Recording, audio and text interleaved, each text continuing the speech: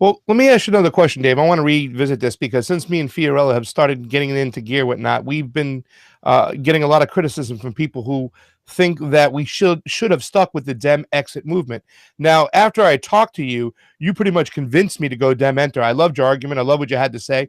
I just like to rehash that one more time. I mean, if you can go back right now, would you be an independent with so many Democrats running? And if not, why are you so pro Dementer? So it's not necessarily that I'm so pro Dementer. That's not really it.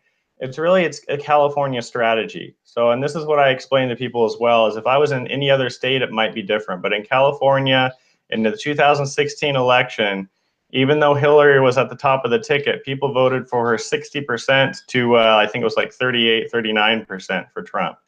So, or actually 28, 29% for Trump. So it was a huge gap.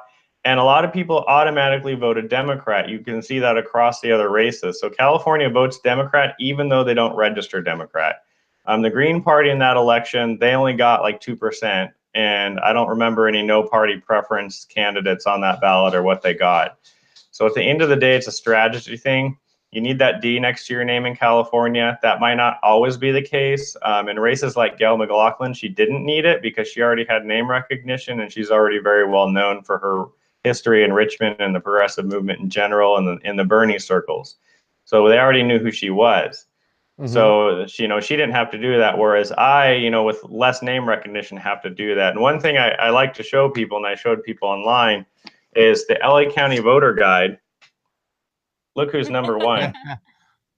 So primacy voters, the first Democrat they see is David Hildebrand in LA County. So I hear there's a few people in LA County that are voting. But at the end of the day, the Dementer movement basically is to go in to take over the party. A lot of people call it trying to go in and push the party left. That's not what it is. It's literally going in to hijack the party's infrastructure, take it over by its own delegates, and completely revamp the party into a people's party. So when people think that we're going in there just to push current candidates or the current leadership left, that's not what we're doing. That's never been the plan. That's never what we wanted to do. If you want to do that, the indivisible and resistance movements, they're out there protesting in front of their representatives' offices and trying to push them left. We're not doing that. We are going in to literally remove the leadership and take over the party. So that's where people, have a misunderstanding about Dementer.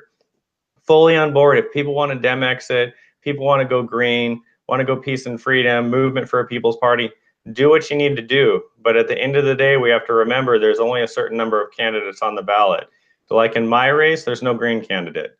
Mm-hmm. So it's like automatically, in ideal situations, the Greens would vote for the most progressive candidate in the race, a non-corporate progressive Democrat.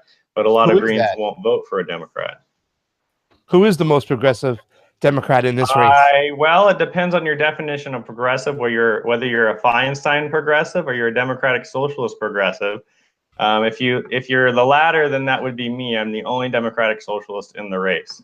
No one else will claim that moniker or say the word socialist or do anything of the sort.